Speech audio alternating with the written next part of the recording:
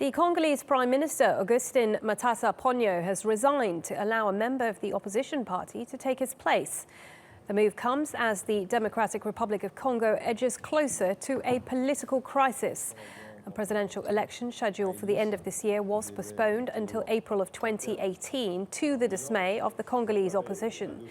They accused the President Joseph Kabila, who has been in office since 2001, of manipulating the electoral system so that he can have a longer term. Let's get more on this and speak to our correspondent Fidelis Mba. Fidelis, good to see you. So talk us through exactly what has happened. Why has the Prime Minister resigned? Well, he did come out to say that it's in line with an agreement signed on the 18th of October with a faction of the opposition. They agreed that he would step down with the entire cabinet, just the president at the moment remaining. So within the next few days, we're expecting a situation where they will concede some of the posts to the opposition groups who are actually more like aligned with them to ensure that they diffuse the tension on ground. But the main opposition bloc is actually not part of this agreement. So it's more like an exercise just on paper at the moment because it changes nothing in practical terms. So what does it mean for the country's political future? Because there's been a lot of instability for quite a while now. The main opposition bloc is still insisting that the president should step down when his tenure ends on the 19th of December. They are asking that he should respect the country's constitution, which says he should serve out his 2 terms, which ends on the 19th of December. So they want fresh elections. Though the Constitutional Court has come out to back the proposal for a delay of elections until April 2018, citing a lack of funds and also the fact that so many millions of people have not been registered to take part. So they don't want to disenfranchise the voting population.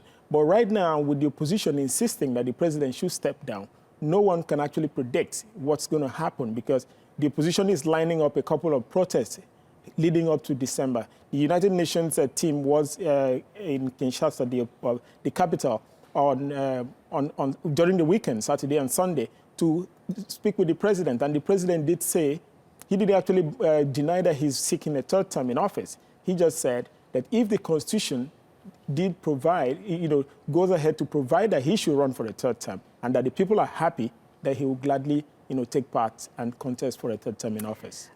He has clung to power for a long time. I mean, how is this likely to pan out, do you think? Do you think he will be pressured to resign?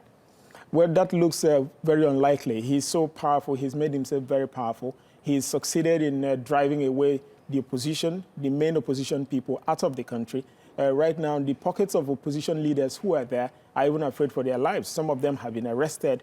We've had about 50 people killed, since September when the protest started. And then we've had many other people being arrested. So even the opposition are getting weakened because of the attacks. And also now he's coming out with his banned political protest in Kinshasa, which is the main stronghold of the opposition.